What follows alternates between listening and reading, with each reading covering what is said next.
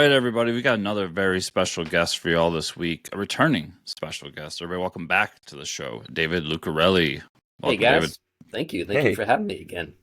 yeah, it's only been it's every time we see you, it feels like yesterday, but it's been a couple of years. Yeah, time flies, right? Yeah, it's crazy, and for somebody like you that's pretty busy with a bunch of different stuff, I can imagine it's really flying. I mean, I think the last interview we talked about this musical briefly, the Doctor Zomba's, Yeah. and I think it was already a musical at the time, right? Well, it's not actually a musical. Oh, It's not a it's a musical. stage Okay. show. Yeah. Okay, Yeah. stage show. Sorry, yeah, stage show. And it was happening at the time a couple years ago, right? Or no, not yet. We put it on the first time we debuted it was for the Hollywood Fringe Festival. We're talking about Dr. Zomba's Ghost Show of Terror, which Yes. ties into the comic book that I'll be talking about today, Dr. Zomba's Ghostly Tales. But we debuted it at the Hollywood Fringe Festival in 2018, had a sold out run. Then we did another run that Halloween. Then we did, I think, 2019, we did 3 performances at Midsummer Scream that all sold out, which is a big Halloween haunted house convention that happens down in Long Beach. That's So, awesome. so for those of you who've never heard of it and don't know what it is a basically spook show revival. And for those of you who don't know what a spook show is, it's kind of a lost bit of Americana. But before there were horror TV hosts, and before there were haunted houses to go to at Halloween, and before there was a term immersive theater, there were these shows where they would four-wall movie theater, do a midnight show. They would put on a spooky magic show that had a seance and maybe some burlesque. And the climax of every show, they would do what they called a blackout, where the audience would be enveloped in total darkness, surrounded by supernatural phenomena that they could see, hear, taste, and feel. They had all kinds of tricks to make that happen. And what we did is we went back, we studied the ghost show manuals, and we recreated it, and we added a few twists of our own. And it was a very popular show. So I knew after I finished Tinseltown, I wanted to do something to kind of cleanse my palate before I get to working on the third Tinseltown miniseries. And I wanted to do a horror anthology because that's kind of where my roots are. And I was studying the history of the ghost shows, and I actually found that there's a connection between comics and the spook shows, which is that Dr. Neff, who did one of the biggest spook shows in the 50s, he would hand out a program at his spook show that was basically a comic book, and then he would actually appear in a whole series of comic books playing himself in the 1950s. He called himself a ghost breaker. So before there was Scooby-Doo, he would be playing himself in the comic, and he would debunk fake supernatural phenomena that was being perpetuated by criminals that were trying to dupe innocent victims. So as soon as I found out that, I was like, well, here's a cool way I can tie together my horror anthology and, have it be introduced by Dr. Zomba, each story, and then also feature the characters, rest of the characters from the show as part of the introductions. Um, so it's really cool how you brought it all together, and I mean, you mentioned a few horror like cons or events that go on, and I remember growing up in like Irvine, California as a kid, and Halloween was huge, and I don't see it as big here on the East Coast. I mean, maybe it's just the area I'm in, but like I remember people would set up like haunted houses like for each of their house, and it was like several houses that would do that. And is that something you see more? I mean, is that like still a big thing with all the horror, and it probably has ties to like Hollywood and people working in. Before And David jumps in, Mike, yeah, the reason it's not so popular up here is because it's fucking cold. well, that too. It's freezing at the time. Yeah, 'cause it's like I don't want to go As outside. somebody that grew up on Yeah. the East Coast, Yeah, but I Yeah. mean, like people are into it here, but like, I mean, can you talk about a little bit about it on the Sure. West Coast? Yeah, I mean, I got to say, the West Coast does it right. I mean, I grew Yeah. up in Pittsburgh, so I know what you guys are talking about Yeah, okay. when you say cold. But yeah, there are certain neighborhoods that go all out. There's a certain neighborhood that's kind of in Burbank, Toluca Lake, where all of the houses like try to outdo each other, and like they all like put on these massive displays, and it's just over the top ridiculous. And it's worth going there just to see what all the houses are doing. And then there's one house that's like literally 2 blocks from where I live in Hollywood, where they do it for Christmas too, but for Halloween they have like dozens of animatronics, like all spread throughout and up on the roof and like in multi layers, and it's just, I mean, it's spectacular. And of course, they give out the full candy bars and all that kind of stuff. King size bars, hell yeah. Yeah, all that. And then, you know, just in terms of the haunted house stuff out here, obviously you have Not Scary Farm, which is like one of the original things where they do the entire theme park up with like a dozen haunted houses. Universal Horror Nights, which does something very similar. Six Flags Magic Mountain also does their Halloween thing. There's a really cool thing that we go to pretty much every year called Delusion, which is put on by Hollywood special effects artists and stunt people. And it's like a really cool interactive kind of haunted house that you go through. You'll go through in a group of like maybe 7 to 12 people at a time. And it's almost like you're in a play, immersive theater, where you sometimes the group gets split up and you have different tasks you have to do. So everybody has a slightly different experience, and there's part of a larger storyline that changes every year. But they've done some absolutely spectacular things over the years. There's one where you went into this jungle and they had like a river with flowing water that you had to grab on a vine and swing across. That's crazy. Yeah, it was crazy. I mean, there's I'm trying to think another great one that they did was like you're in a room and the room is like filled with gas. It's like a fog machine, and the gas dissipates, and there's black lights that come on, and you realize that there's scorpions glowing in the black light all around you. But I mean, they were in tanks, so they couldn't get out. But, a little terrifying. Yeah. They do like stuff bugs. like that. That's just cutting edge and amazing. That's awesome. So I mean, that's directly tied to Hollywood too, like you said, special effects, and I think there's definitely a rich history celebrating Halloween and doing spooky stuff. So I mean, with the success of your show, then you go on to do this book that's on Kickstarter right now. Yes.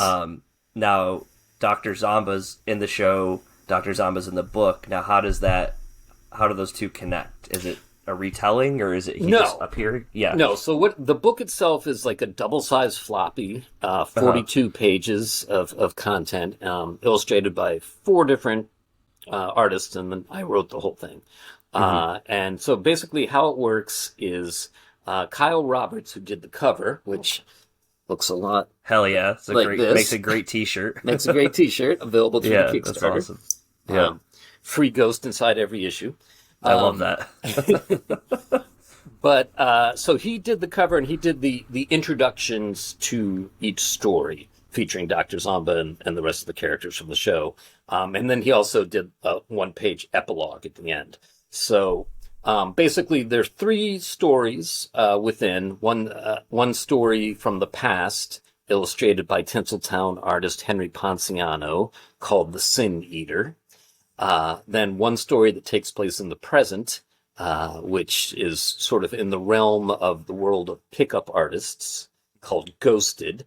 And that's illustrated by a really cool artist I discovered named Anna Wisacik. And she's a Polish artist, very, very much influenced by manga, but kind of like a fever dream sort of version of manga. Okay, cool. And then the final story takes place in the near uncertain future. It's about man's relationship with technology and AI and where that may all be heading. And that's illustrated by Brandon Perlow. And he's a really smart guy, talented artist. He actually runs New Paradigm Studios publishing, which does Watson and Holmes and Werewolves and some other cool books. But his day job is he's a VFX artist. So, you know, he's got his finger on the pulse of new technology. So I thought he would be the perfect guy to illustrate that one. Yeah. I think that those technology, like when you see Black Mirror and stuff, those futuristic horrors getting closer and closer to Yeah, reality, it's you a know? little scary out there. Yeah, it's I was gonna say it's kind of perfect timing for you to launch something like this too. Like we're in a renaissance. Mike mentions Black Mirror. EC Mhm. Comics just came back I with saw that with Oni. Vengeance. Yeah. yeah. Uh, like as somebody who's into all this and has been for a long time, I know you've talked about EC Comics in the past with us. Like, how does that make you feel? And being back in this space. It's good to get back to your roots. I for a long time I would show up to the Horror Writers Association meetings, and everybody talks about what they're working on, and I'd be like, "Well, working on Tinseltown. It's not really horror, but it's got some horrific elements. But Yeah. so now I actually have something to say. I can feel legit at those meetings. Yeah. Do you find that with those types of meetings and like horror writers in general that you see them take a break in between, or is there some people that are always just doing horror stuff? Like, What I find it's interesting, like I think a lot of horror writers go back and forth from one extreme to the other. Like I know several that write like comics for young kids, children's comics. okay. Like I'm thinking Yep.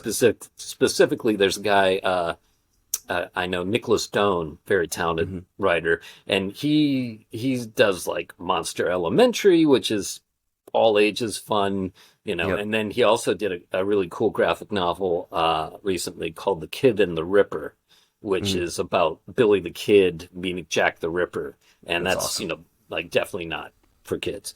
So Yeah, definitely. Yeah, so you do see like a back and forth, but you said getting back into it now. I mean, you're back to your roots now, so it had to be really cool to be doing something like this. yeah, no, Yeah. I'm really excited about how it's all come together, and there's some amazing panels and amazing art that I've gotten. Part of the reason I wanted to do this was, as much as I love working with Henry and he's a super talented artist, I also wanted to branch out a bit and see what it was like to work with some other artists. And they've all, been fantastic. And Henry, there's one panel in particular where I didn't give him too much direction. I said, just have fun with this and just give him a bare bones description. And that's probably my favorite panel in the entire story. And I'm thinking Awesome. like, I have to remember that Yeah, to allow him that freedom more in the future. yeah. Definitely. Uh, I mean, so you talked about a little bit the three separate stories, but you have panels up on the Kickstarter now if anybody wants to go check it out. But Yeah. you have, I mean, each story alone, I'd have to say this art is like top notch. Oh, thank you. Like these three separate arts. I mean, there's three separate styles, uh, all within their own. I mean, you have like you said, Henry doing his thing, playing more with like the absence, playing a little more of like negative space. Sure. You have the like painted Ghost in the Machine style, and then the first story is more of like a more detailed psychedelic. It all works together really well, and it's its own thing, you know. Yeah, well, I tend to think of artists as kind of like the same way I think of guitarists, right? hmm Like you want to find a guitarist that has their own unique style, so that as soon as they play one note, you know it's them. Right. And you also want to find one that's going to enhance the song, or in this case, the story. So that hmm was all stuff that I was considering, like how to find the right artist for the right story. Yeah, it's cool. And something I liked when I was going through the page, because I feel like most people would have gone the opposite direction on this, but you leaned into the stage show a lot. And one of the things, looking through your YouTube channel, you have a lot of the stage show on there. I to be honest with you, I didn't watch, but it looks like you have the entire stage show as one of the videos. Not the entire show, no. Okay. We just have some like little samples, of the show. What we do Okay. have on my YouTube channel, there's a different play that I wrote and directed and produced called Crude. Um, That's what I'm seeing. yeah, that's shot multicam, and that is the entire play, which is now available for free. So if anybody's interested in checking that out, that is a play that I wrote about a band that rose up from the gutters of Hollywood to become one of the biggest bands in the world, and that is I legally have to say, in no way affiliated or endorsed by Motley Crue or any of its members. But it's funny, I got a cease and desist letter from the band, which actually we ended up having 2 sold out runs. It actually ended up helping us in a bizarre way and making That's the show hilarious. better. Yeah. But That makes sense. what that's about is, I'm a huge Motley Crue fan, and I saw the TV movie on Netflix, and I read the book, The Dirt, and I thought to myself, okay, well, they're both good, but there's a whole lot more to the band as a fan that's just going to be left on the dustbin cutting room floor of history if somebody doesn't kind of document it. I mean, it's like, yes, it's true. They did a lot of drugs and had a lot of sex and got in trouble with the law, but lots of bands did all that, Yeah. That's not really what makes them unique and special. And I think that, so I took all the other stuff that's not in those, the book or the movie, and put it there to do with like their approach to songwriting and pushing the art of stagecraft and their personalities and how that influenced the music and stuff. So, everybody that saw the show that was a fan of the band loved it. So I think mission accomplished. Nice. But in no So- way affiliated with the band. No. Just double I mean, to be reiterating honest, that. I think if they actually ever did see it, they would love it. But who knows? Yeah. That's awesome. But where I was getting to with all that is you leaned into the stage show so much so that you have a photo cover for the book, so Yeah, people can that's get cool. that as a cover, and you actually introduce all the actors and characters from the show on the Kickstarter page. Was that all a tough decision, or was from day one you're like, no, of course this has to be a part of it? No, I even went so far as to get my cast's likeness rights and signed contracts and all that. Oh, 'cause, that's cool. Yeah, I wanted them to be a part of it, and we may put on the show again. I'm actually talking to Midsummer Scream about the possibility of doing it as early as this summer. Oh, cool. Yeah, we actually came really close to putting it on last summer, but it ended up falling through for various reasons. But I like synergy. I like to tie it all together for sure. Mm-hmm. It would be cool to have a comic book at the show. Exactly. Sell the comic Right, to the yeah. show. Yep, exactly. Yeah, it all comes together that way. No, I think that's really cool. And more and more I'm seeing anthologies, and I think anthologies work really good in horror. With that. And so does that mean this opens up, more potential to do more iterations of this, more volumes of this project, you think? I think so. I think, Yeah. if assuming this Kickstarter is successful, we're Yep. live for one more week and we're about 91% funded. What I'd ideally like to do is I'd like to do Tinseltown after this and then maybe go back and do issue 2 of Ghostly Tales and just keep going back and forth. Yeah, that'd be really cool. Yeah. We What could- I would like to yeah. dive into right now is the rewards. Sure. Yeah, go for for it. it. I mean, you've got the 4 different covers. We talked about 2 of them. Yep. One you showed, one was the photo one, and then the other 2 are the EC Comics tributes, which are really Yes, cool. those are EC Comics pastiches illustrated by Tinseltown artist Henry Ponciano. One is kind of the risque one, and the other one is the not safe for work one. Which I listen. It's funny. This story takes place in the realm of pickup artists, and Right. so obviously sex is a major component of the story, and Right. so it sort of naturally lent itself to this. In the instance of Tinseltown, we sometimes do pinups where we did one that was a parody of like Baywatch called Beach Watch. Yeah. That Henry illustrated, and he did an illustration of Officer Abigail Moore that was too sexy that the world is never going to see, because he was channeling his inner Dave Stevens, and I said, this is great, but I don't want to overly sexualize the character, Right. and I'm very Right. conscious of that. But in the case of a story, Especially, isn't the character based on your mother? Well, no, she's not based. I know Freud would have a field day. She's kind of a tribute to my mother, shall we say? Yeah. I mean, not. But still, she doesn't rightfully look so. like my mother, and that would just be okay. Yeah. But anyhow, getting back to Ghosted, like Henry did a great job. So, listen, I'm no prude. I used to play in a rock and roll band in Hollywood for over a decade, so I'm no stranger to the beauty of the feminine form, and Henry knocked it out of the park. So if that's your thing, you should definitely check it out. And I think like what you've said, and I think Chris and I's biggest thing with like the cheesecake covers, they call them, and this is by far not even close to that. Like you said, it has something to do with the story. But that's just it. You get a cheesecake cover, and then you open it, like, nothing to do with the story at all. You know what I mean? Where it's, like, completely out in left field of, like, what they put on a cover versus what... But I think the way you treated it and the way it is, I mean, you have the not safe for work version, the regular version, and I think it ties into that old school EC comic style. I don't think it takes away from that. But no, good.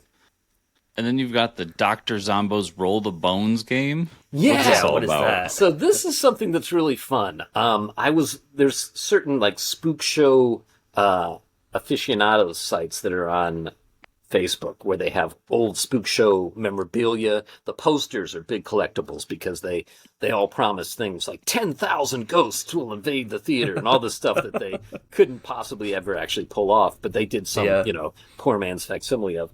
And one of the things that they did is they had merch that was like little monster die where they had like the face of Dracula and Frankenstein and the werewolf on one side of the die. It's a promo thing. And I thought to myself, I could do that now with all the characters from the ghost show and like a skull and a ghost. And then I could turn it into a game where you cut out the cardboard die, you make them, you roll the bones, and then every combination of, has somewhat whimsical instructions that tell you what the combination means. And if you roll doubles, it's minus those points. And if you, roll first person that gets 43 points, the death number wins the game. And awesome. you can play it. You don't have to play it at midnight in a graveyard by candlelight, but it is highly recommended. I might avoid doing that, but yeah, for sure. Whoever wants to.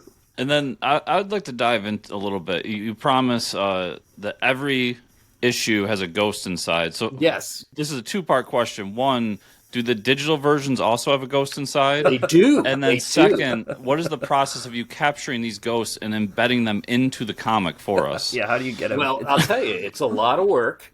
Okay. I can't tell you exactly what the ghost is because that would, I don't want to spoil the surprise. Mm-hmm. I will tell you this. When I was about 7 years old, I went into a toy store with my father. And they had these little half tissue box sized black boxes that said that each one had a ghost inside, take it home with you. It'll be your friend. Show it off to your neighbors. And I was like, this is awesome. Like, I got to get me one of these. And it was $5 each. And my dad, ever the cynic, said, this is not real. This is like a gag gift. There's not actually a ghost inside the box. And I thought to myself at 7 years old, well, my dad can't be right. I mean, how could they say that if they're, if it wasn't real? So he went and got a store employee and forced him to tell me that, in fact, there was no ghost inside the box. Damn. All I can tell you is that there is a free ghost inside every issue. This is not that. Okay. Yeah. That's and you're kind of getting back to the ghosts you never got. Yes, exactly. I'm working out that little bit of childhood trauma. So one issue at a time. That's awesome. And then people who back, which is hopefully everybody that listens to this. Yeah. There's prints you can get, T-shirts, and then you could be in the book as well. Well, you could have. There were 3 spots. They're all taken. So unfortunately, that's gone. Yeah. Well, that's awesome that people pick those up. Yeah. But those T-shirts are on there. The amazing T-shirts. Yep. The T-shirts are there. The prints are there. Yeah, there's a lot of cool stuff. And if you would like to check out Tinseltown or the Children's Vampire Hunting Brigade, the other horror book that Henry and I did, those are available both as reward levels and also as add-ons. It's great. And that's kind of a great transition. Yeah, you did a great job with it. Yeah. Thanks for the segue into Sure. Tinseltown. Tinseltown, which is the book that introduced you to us, originally published through Alterna Comics. Yeah, and I think it will be again. Okay. Yeah, that was gonna be my first question. Volume 3, is it going through Alterna? You kind of answered it, but I think so. I mean, Pete and I are definitely still talking and still friendly, and I was just on his show talking about this book. So, the only thing that at the time I did Volume 2 as a collector, as a director's cut, Alterna wasn't publishing graphic novels. So although Pete designed the book for me so that it matched Volume 1, it actually came out through my own imprint, Abacab Studios.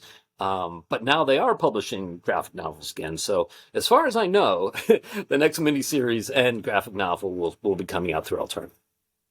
Great. No, that's awesome to hear. very cool.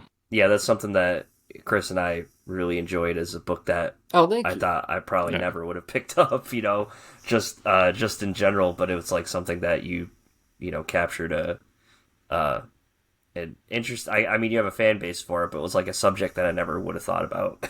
Yeah, it's funny. Like, a lot of people have said that to me. A lot of people have said, like, oh, I picked it up just because I buy all the Alterna stuff, or, somebody else recommended it to me, and I didn't think it was for me because, whatever, but I ended up really liking it. And for those of you who don't know, Tinseltown is a period crime drama about one of the first female police officers in Hollywood. It's kind of like Boardwalk Empire meets LA Confidential, set in 1915. Inspired by some historical circumstances, Universal Studios had some of the first female police officers, but they also weren't above exploiting them, marching them in short skirts and things like that. So an interesting dichotomy. Real life, my mother was a police officer, so it's also kind of my tribute to her. Yeah, it's awesome. And it's got Chris and I's seal of great book. Oh, check it out. Yeah. Thank you. Appreciate that. Yeah, for me, it was I absolutely loved it, but I'm kind of the opposite of Mike. Like, I thought right away as soon as I heard like a crime noir, or crime drama. Noir. Oh, okay. That's right up my alley. Cool. Henry's coming back for Volume 3 of that too. Oh, yeah. I think Henry and I will be working together for a long time to come. Great. Very good. I'm glad to hear that. Something that's look forward to in the future too. Yeah.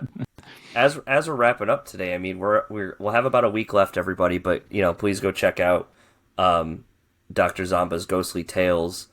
And I mean, is there anything you want to, a piece of knowledge you want to leave our listeners and viewers with before we sign off here today? All I'll say is everybody that buys this comic will die.